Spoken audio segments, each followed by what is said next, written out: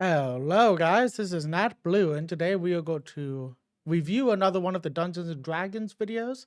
Today we are going to be looking at new feats, backgrounds, species for the 2024 Player's Handbook. I have done two videos thus far on the Player's Handbook, one reviewing weapon mastery and one reviewing the new fighter. So I am going to be doing these videos as Dungeons and Dragons releases them. I'm a little bit behind. It looks like they have released videos for 3 more classes since the last video that I did, so I really want to jump into this.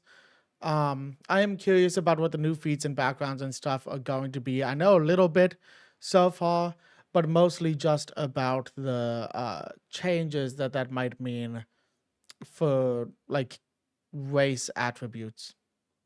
So we are just going to jump into this.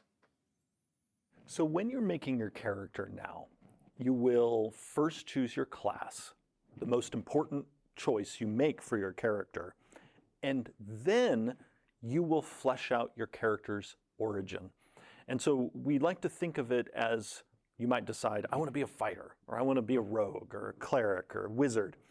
And then you think, well, how did I get there? What did I do before I was a member of that class? And what do I know about my character's childhood? And so it's when you start pondering those questions. I love this picture. Look at the little cat. Look at that guy. He's got a hat on. It matches her hat. I didn't even realize the hats match. And the little necklaces match. Look at that. Are they going to talk about how to get this cat? Is there an option in the game? Is she a wizard? She looks like she could be a wizard, but why would she have a cat? Oh, familiars? Is this her familiar? Ooh, I like it. That you turn toward the character origins chapter. And you will essentially be going back in time in your character's backstory. So again, you start with your class, then you'll ponder, well, what was my character's background? And background is all about not only what you did prior to becoming an adventurer, but also where you did it. You know, were you a sailor? Were you a criminal? Were you an acolyte in a temple? Were you a sailor? Two things. I cannot keep saying this in every video I do about the new player's handbook, but the artwork has been so good. That city looked really cool. This like weapons, like an armory beside a lake is pretty cool. Second thing, did he say acolyte? Is that what he just said? Was it acolyte? Were you a criminal? Were you an acolyte in a temple? Buddy, it's an acolyte, right? I normally don't judge how people say words, but I don't like it. Were you a sage? And then you keep going back in time in your character's origin to your birth. And that's when you then ponder your character's species. And your species choice and your background choice together combine to give you a number of critical game capabilities that will really help flesh out your character. Background has far more weight for your character now than it did in the 2014 rules. People in the Unearthed Arcana process got to see a preview of this where, in addition to giving you proficiencies, as backgrounds previously did, backgrounds also now all give you a feat at first level. They also determine ability score bonuses for you when you make your character. And these are ability score bonuses that really are rising up out of how your character spent their time prior to embarking on the wilds of adventure. And those two things in particular, the ability score adjustments that backgrounds bring, as well as the feat, mean your background will have an effect on your character for your entire career. And that was something that was not necessarily the case in 2014 backgrounds, except for perhaps the proficiencies you got. Right. You would still enjoy those throughout your career. But now there are more parts of your character that are forever affected by your character's background. Now, to support the They're probably going more in depth with the 2024 Player's Handbook. I don't know if I would say it's completely accurate to say only your skills were affected by your background. I played, gosh, what is the name of that background? There's a background in 5e that gives you it allows you to move through cities faster. You can utilize alleyways and stuff better if you are familiar with the city. And I had a pet mouse. Are you telling me my pet mouse didn't matter? Cause I loved that guy. He was with me through thick and thin until my character died. And I loved that mouse. And then I feel like there are opportunities to utilize backgrounds in 5e. So like the soldier background, you have influence within your army. The royal background, it's easier to gain an audience with a royal, so like a king, a lord, stuff like that. So I think there were opportunities that maybe everybody wasn't utilizing. So I'm curious to see how they've gone more in depth with it to make it easier to utilize that stuff. But I don't know if I would say that the old backgrounds only gave you um proficiencies. Let's just keep moving though. use of feats at first level, we have now divided feats up into categories because we don't want a first level character to be plunged into the deep end of the feat pool. We want you to be able to sample feats and to have that sampling be curated so that the feat you get from your background is from a special selection of feats that are appropriate for a starting character. And so those feats are now in a category called origin feats, appropriately enough, because you get them as a part of your character origin. Now, even though they're in that category, later on, if you decide to go deeper into feats, you could potentially choose other origin feats for your character as well. But to start, each person gets just one origin feat that's provided by their background. Okay. I do like origin feats because it gives you an automatic feat. I know some DMs do this at the beginning of their campaigns already, where each player is granted a feat. I've played in a few campaigns now. I think I'm on like my fifth, sixth campaign. Um, and to be completely honest, I just took my first feat 2 weeks ago. My ability score increase came into play. I chose, instead of increasing my ability score in Course of Strahd, I took the lucky feat because my dice rolls are bad. And I needed to work on that. So I did take the lucky feat. I haven't gotten to use it yet because we play that campaign every 2 weeks. And we skipped last week for my campaign. We do like an off and on thing. It's a little confusing. So I won't be able to play that campaign until at least next week to try out the lucky feat. But I do like that they're just giving everybody a feat at level 1 as part of the background. In addition to the proficiencies your background is providing, as well as the ability score adjustments. Now, those ability score adjustments to me are really juicy because of the flexibility that we provide. And this is a flexibility that goes beyond anything that we previewed in Unearthed Arcana. So what we now do in each background is we provide 3 ability options. And then you as a player decide, am I going to put +2 in one of those 3, and you choose which of the 3, and then +1 in one of the other 2, or am I going to do +1 in all 3? So here's an example. The Acolyte, if you decided your character...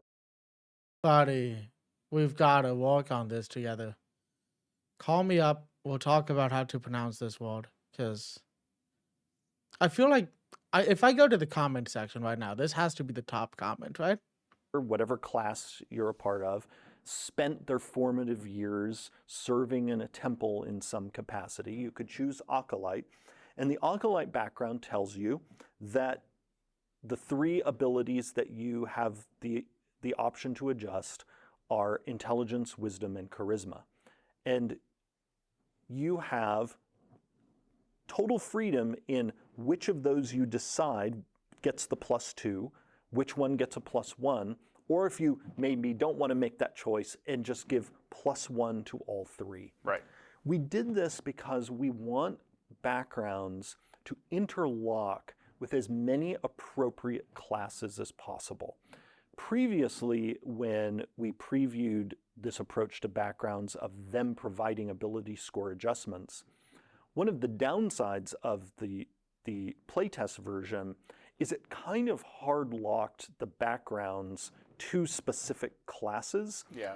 And we did not want to proceed with that because in some ways that was recreating the exact problem that we were getting away from 2014 Species, because in 2014 these ability score adjustments existed inside the playable species, and one of the reasons we moved it out of there is we didn't like how that drove certain species to be combined with certain classes. Yeah.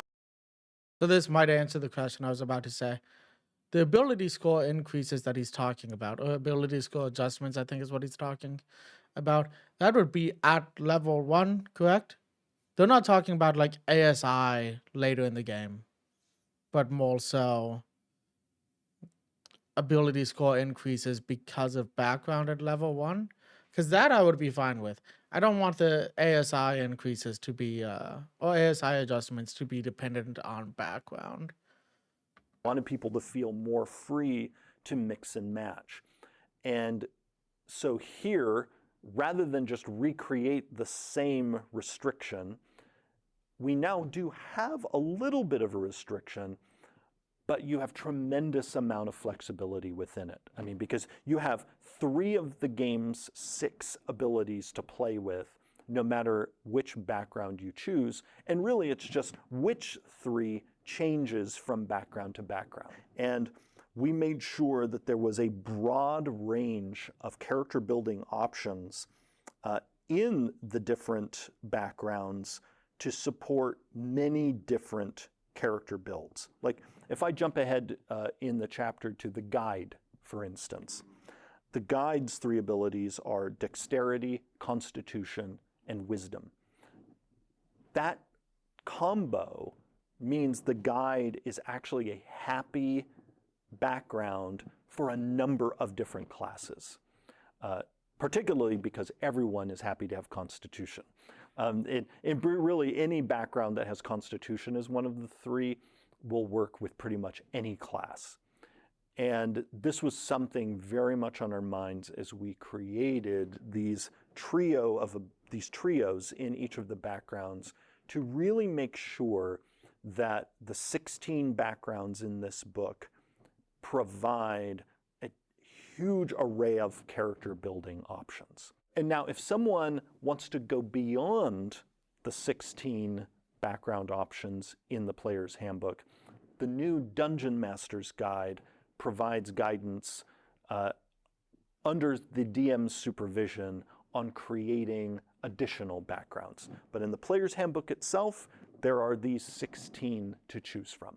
There are a few backgrounds that share the feats that they offer because we did not want to force people to choose a certain background because that was optimal. For certain feats. Now, there are a number of feats that are, only one background offers that feat. But there are a few, and Alert is a great example of them, where the feat is offered by more than one background. Right. Skilled is a similar one as well. Yes, particularly because the skilled feat is so open-ended. All of these combinations of options, the feats, the ability score adjustments, the proficiencies, also the starting equipment that the backgrounds provide, mean that each background... This is one of my favorite pictures so far. There's so much going on. Look at that. I do feel like they probably could have put the custom background thing in both the player's handbook and the DM's guide, but they probably want to put it only in the DMG. That way players don't try to make a busted one, I guess. I don't know, it might be too complex for a player. I feel like they could have just at least put a smaller version in the player's handbook. Maybe not as in depth, but something. Is a package of very distinct options from the other backgrounds. Of course, you can dig deeper into feats if you decide to at higher levels. When everyone reaches 4th level, they get ability score increase, just as they did in the 2014 Player's Handbook. But ability score increase is now itself a feat. And just like in 2014, you have the option of taking that feat or selecting a different one. And because we now have given everyone a taste of feats at 1st level, we wanted to make sure that this book had more feats available, which is why there are 75 of them in this book, so that if you do decide to go into the fun customization world of feats, there's more there for you to play with, and the feats have all been enhanced, in some cases completely redesigned. 75 feats might be too many, right? I am a very indecisive player. When I have to pick a new card for a spell, it takes me a while to figure out what spell I want to use. When I want to decide what stat I'm increasing, which feat I'm taking, it takes me a while. When I decided to take the lucky feat, it was between that and another feat at the moment because I didn't know which one I wanted more. So I feel like, I mean, 75 is just so many. It's going to take me forever to decide if I want to take an ability score increase or a feat. If there's 75 options and they're better than the 5e feats, yeah, that's going to be rough on me, guys. Well, let's just move on. And then there's the whole other half of your origin, your species. Right, and we've got a lot of new things in the species. We've got new additions. So the orc has joined, Goliaths have joined, and The Aasimar. And those 3 brand new options, and they join, of course, classic options like human, elf, halfling, gnome, the tiefling, the dragonborn. That Aasimar looks so cool, covered in tattoos with his cool angelic wings. Look at that guy. Sick. He's got a fade. Jeez. are still with us as well. And every one of these species has been revisited, has been enhanced. A number of these enhancements people got to see in the Unearthed Arcana process, with like the Dragonborn having an enhanced breath weapon, and then when they get to higher level, even gaining the ability to sprout wings and fly. And even humans and halflings have been revisited and in some of their traits redesigned. The Dragonborn are super Dragonborn. The Goliaths are very Goliath, because now they're tied to giants. Not surprisingly, if you have the background being a cloud giant in your heritage, then you can kind of, Misty Step away, teleport away, because you're more of a trickster. But it's all based off like hill giant, storm, stone. All of it has different abilities that you can choose from. I would 100% play a cloud giant Goliath, because I like a trickster kind of player character, and Misty Step is one of my favorite spells because it's just so versatile. I played an Eladrin recently, and he had Face Step, and it is just so good. Just being able to get out of places like that.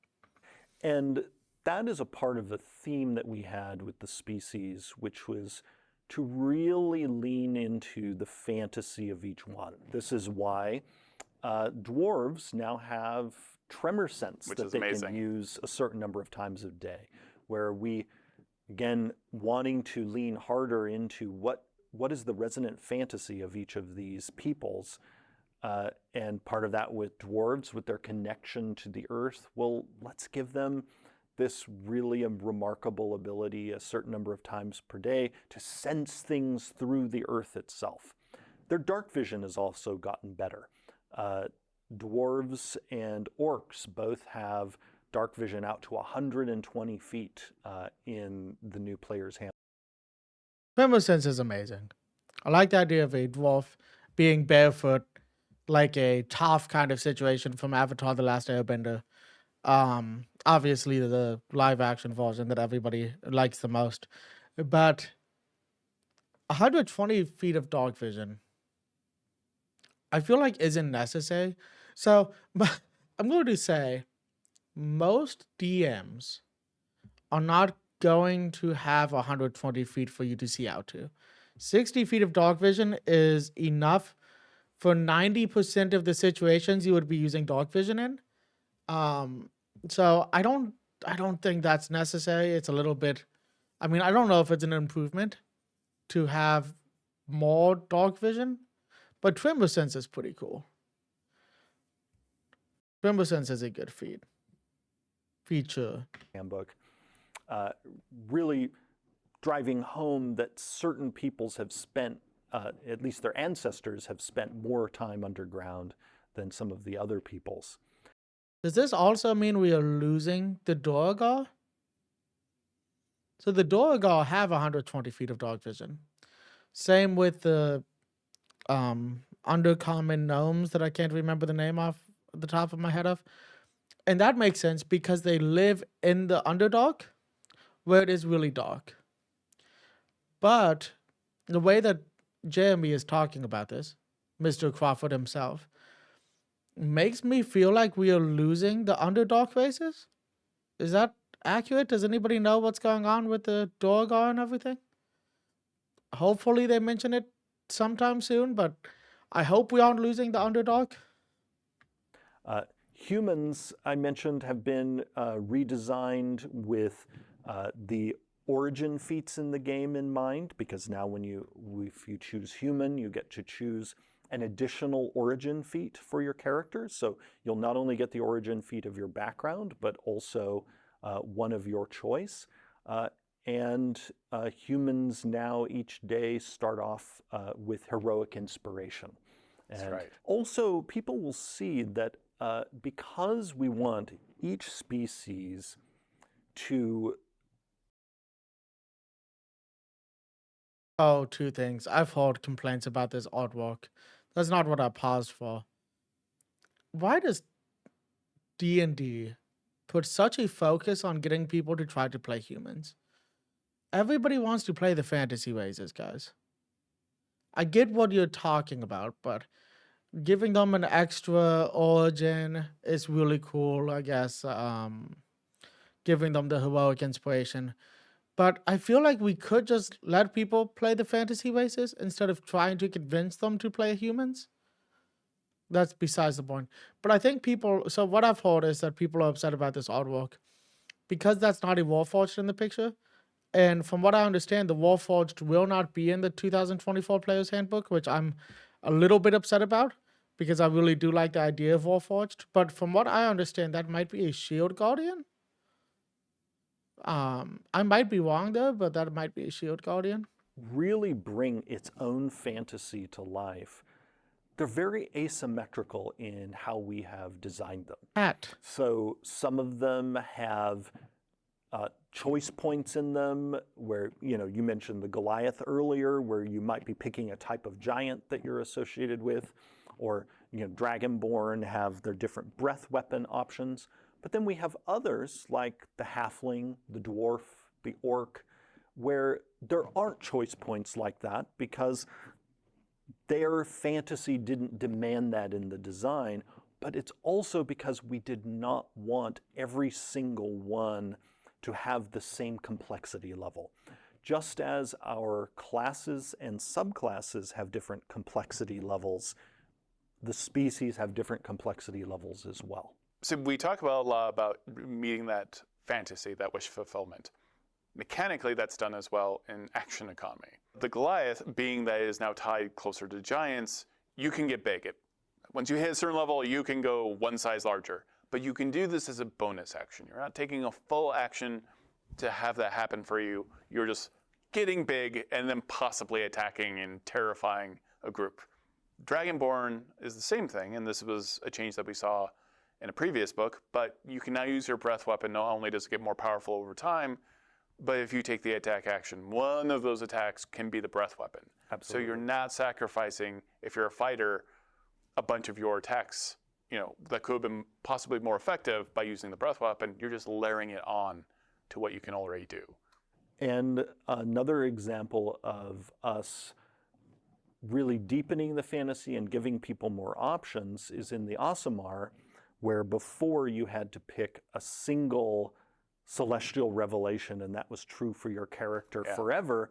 You now get to change that choice every time you use it, because we figured, well, an Aasimar who is descended from celestials sure might have some days where they're in the mood to shine with light, but they might also have some days where they're more on the vengeful end of the celestial spectrum and choose one of the other celestial revelation options. So significant changes to species. We've got several more species to work with, and a lot of layered on abilities that kind of hit that, again, that wish fulfillment of like, this is what I want. I want to be a big character, a big Goliath. I can get big. Bonus action, I'm huge.